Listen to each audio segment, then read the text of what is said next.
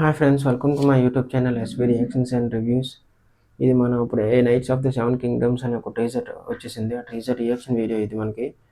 ఇది already short వీడియోలో కూడా ఉంటుంది. నా షార్ట్లో కూడా వెళ్ళి చూడండి, నాకు కొంచెం హెల్ప్ అవుతుంది.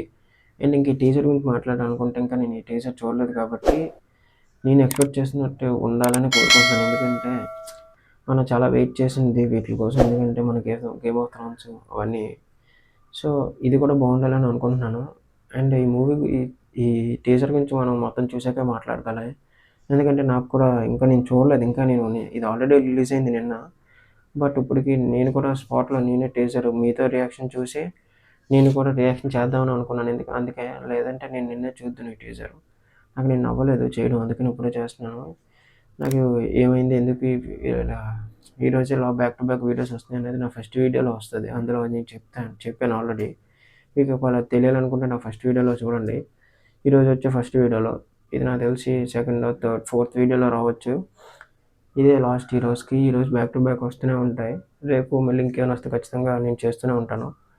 అండ్ మెయిన్గా నా ఛానల్ చాలామంది చూస్తున్నారు కానీ సబ్స్క్రైబ్ చేసుకోవట్లేదు. సబ్స్క్రైబ్ చేసుకొని నాకు కొంచెం హెల్ప్ అవుతుంది. అండ్ లైక్ చేయండి, కామెంట్ చేయండి, షేర్ చేయండి. అండ్ మెయిన్ మీకు ఏమైనా కామెంట్స్లో అడగాలనుకుంటే ఖచ్చితంగా అడగండి. నేను వాటికి ఖచ్చితంగా రిప్లై ఇస్తాను. దానికి నేను రియాక్ట్ అవుతాను. మీరు అడిగిన దానికి నేను చేయగలిగితే ఖచ్చితంగా దాని వీడియో కూడా వస్తుంది మీకు. ఇంకేం లేట్ చేయకుండా ఫస్ట్ అయితే ఈ nights of the seven kingdoms teaser అయితే చూసేద్దాం ఎలా ఉందో. బాగుండాలని అనుకుంటున్నాను.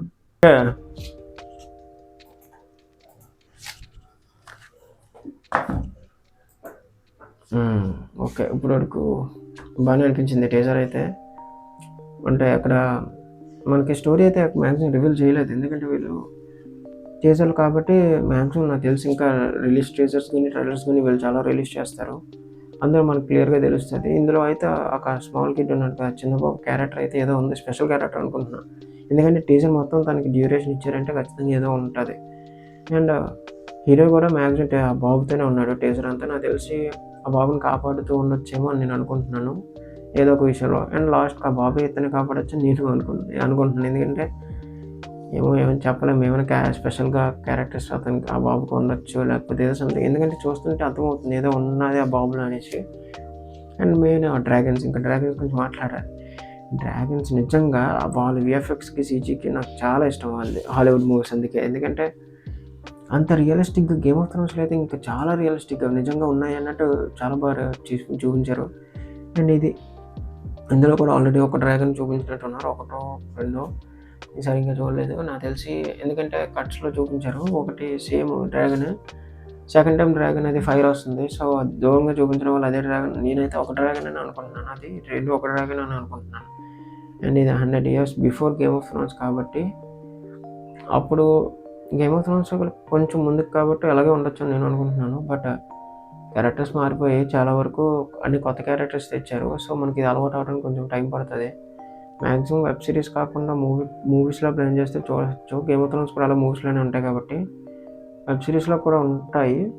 సో ఇది నేను వెబ్ సిరీస్ కన్నా మూవీస్ బెటర్ అనుకుంటున్నాను. ఎందుకంటే ఒక 2-3 అవర్స్లో ఒక మూవీ అయితే అలాగా ఎన్ని రిలీజ్ చేస్తారో మనకు తెలీదు.